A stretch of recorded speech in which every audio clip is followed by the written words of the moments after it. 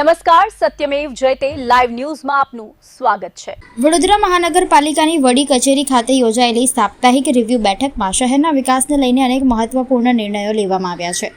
Heritage વિકાસ, traffic વ્યવસ્થા, જાહેર પરિવહન, પાર્કિંગ, સ્વચ્છતા અને નાગરિક સુવિધાઓને વધુ અસરકારક બનાવવા માટે વિવિધ પ્રોજેક્ટને વેગ આપવાનો નિર્ણય કરાયો છે। મહાનગરપાલિકાની રિવ્યુ બેઠકમાં શહેરના હેરિટેજ અને પ્રવાસનને પ્રોત્સાહન આપવા માટે સોવેનિયર શોપ ફરી શરૂ કરવાનો નિર્ણય લેવામાં આવ્યો છે।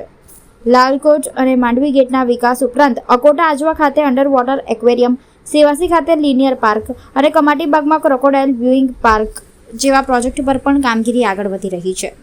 શહેરમાં ટ્રાફિક સમસ્યા હળવી કરવા નવા પાર્કિંગ ઝોન અને પાર્કિંગ ચાર્જ અંગે પોલીસ સાથે બેઠક યોજાશે। બ્રિજ નીચે પાર્કિંગની સુવિધા ઊભી કરવા અને ગેરકાયદેસર પાર્કિંગ અટકાવવા માટે બોલાર્ડ્સ લગાવવાની કામગીરી પણ શરૂ કરવામાં આવી છે। જાહેર પરિવહનને વધુ મજબૂત બનાવવા માટે ટૂંક સમયમાં 20 નવી ઇલેક્ટ્રિક બસો શરૂ કરવામાં આવશે, જ્યારે આગામી સમયમાં વધુ 80 બસો ઉમેરવામાં આવશે। આ માટે ઝોન વાઇઝ ચાર્જિંગ સ્ટેશન અને જરૂરી ઇન્ફ્રાસ્ટ્રક્ચર પણ તૈયાર કરવામાં આવી રહ્યું છે। બેઠકમાં વિકાસ કામોની ગુણવત્તા જળવાય તે માટે ક્વોલિટી કંટ્રોલ અને પ્લાનિંગ સેલને વધુ સક્રિય કરવાનો નિર્ણય લેવાયો છે। કામમાં બેદરકારી દાખવનાર કોન્ટ્રાક્ટરો, થર્ડ પાર્ટી એજન્સીઓ અને પીએમસી સામે દંડાત્મક કાર્યવાહી કરવામાં આવશે। આ ઉપરાંત સમા ડાઇવિંગ પુલ અને માંજલપુર ટ્રેકના રિનોવેશન, પાણી અને ડ્રેનેજ સંબંધિત સમસ્યાઓના ઉકેલ તેમજ સરકારી શાળાઓ, આંગણવાડીઓ અને હોસ્પિટલોના નવીનીકરણના કામોને પણ ઝડપથી પૂર્ણ કરવા સંબંધિત અધિકારીઓને સૂચના આપવામાં આવી છે। એક સોનિયર શોપ પણ શરૂ કરવાનું નક્કી કરી છે, જે પહેલાં ચાલતી હતી અને ફરીથી એને શરૂ કરવાનું નક્કી કર્યું છે, જેથી કરીને લોકો માટે પણ વડોદરાની હેરિટેજ બાબત બધું એમને મળે।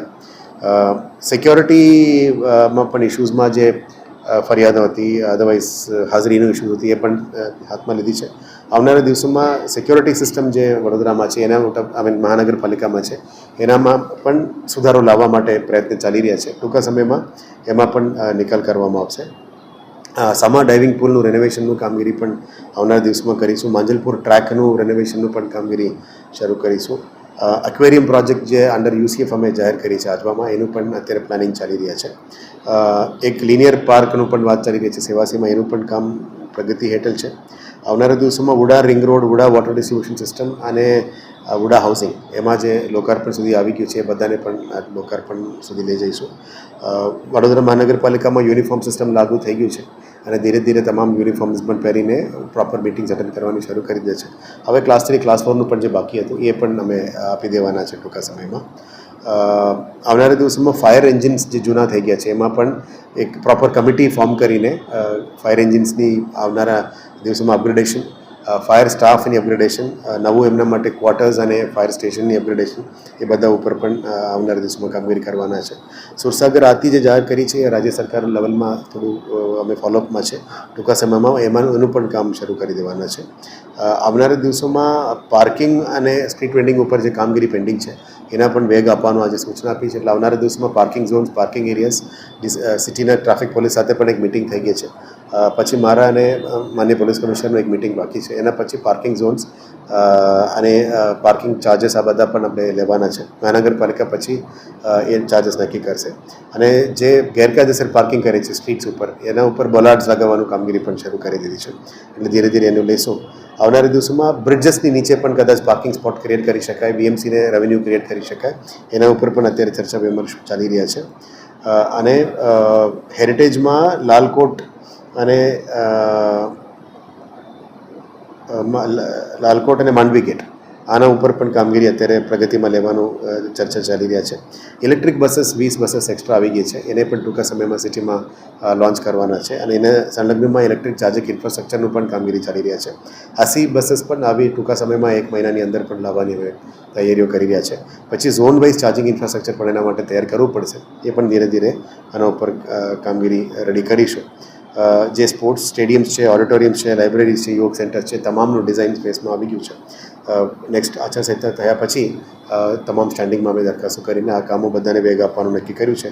ક્વોલિટી કંટ્રોલ સેલ, જે અહીંયા અમે વાત કરી હતી, ક્વોલિટી કંટ્રોલ સેલ અને પ્લાનિંગ સેલનું પણ અમારું ડીએમસી પ્રોજેક્ટ્સ કામગીરી કરી રહ્યા છે। ટૂંકા સમય પછી ક્વોલિટી કંટ્રોલ તમામ કામમાં કેવી રીતે લાવી, અસંખ્ય ઇજારાઓ છે એને કેવી રીતે કંટ્રોલમાં લાવી, પ્લાનિંગ સાથે કામગીરી કેવી રીતે શરૂ કરવું, કન્સલ્ટન્ટ્સમાં ઇમ્પ્રુવમેન્ટ કેવી રીતે લાવવાનું અને ક્વોલિટી કંટ્રોલની જવાબદારી જે થર્ડ પાર્ટી ઇન્સ્પેક્શનમાં કામ કરે છે એનું પણ જવાબદારી અને પીએમસીનું જે કામગીરી દરમિયાન અમે પેમેન્ટ કરીએ છીએ એમનું પણ જવાબદારી નક્કી કરવામાં આવશે.